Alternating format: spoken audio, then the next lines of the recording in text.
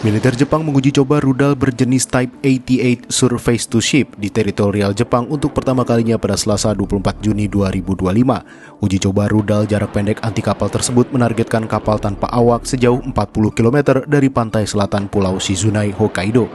Kepala Menteri Kabinet Jepang Yoshimasa Hayashi mengungkapkan uji coba rudal bukan ditargetkan untuk negara lain, melainkan untuk memperkuat pertahanan Jepang.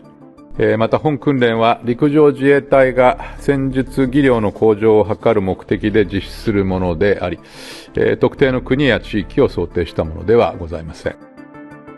このような国内における実射訓練は、より多くの部隊の訓練機会の確保につながるものであり、厳しい安全保障環境の中、島しょ部などの防衛に必要な能力の維持、向上のために極めて重要であると考えております。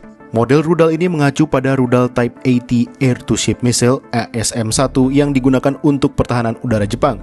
Rudal ini mulai dikembangkan sejak 1977 dan pertama kali diluncurkan pada 1988.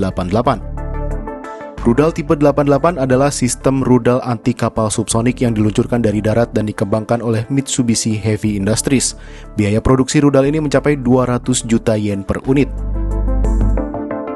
Rudal SSM-1 memiliki diameter 30 cm dengan panjang 5 meter. Rudal ini ditenagai oleh mesin turbojet TJM-3 dengan bobot total 650 kg dan bobot hulu ledak kisaran 225 hingga 270 kg. Rudal ini bisa menjelajah sejauh 150 km dengan kecepatan 1150 km per jam. Berbeda dengan rudal anti kapal lainnya yang hanya bisa diluncurkan dari tepi pantai, rudal ini bisa diluncurkan di wilayah daratan yang jauhnya mencapai 100 km dari bibir pantai. Hal ini bertujuan agar peluncur rudal tersebut dapat disembunyikan dan aman dari pantauan serta serangan musuh dari udara.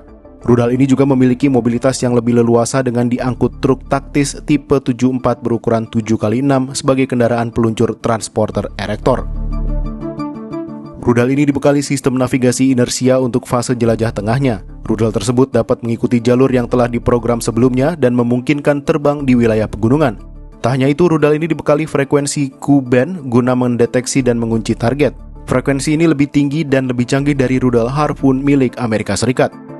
Ada pula teknologi Home on Jam atau HOJ yang memungkinkan radar di rudal ini menarget jammer lawan apabila radar ini terganggu.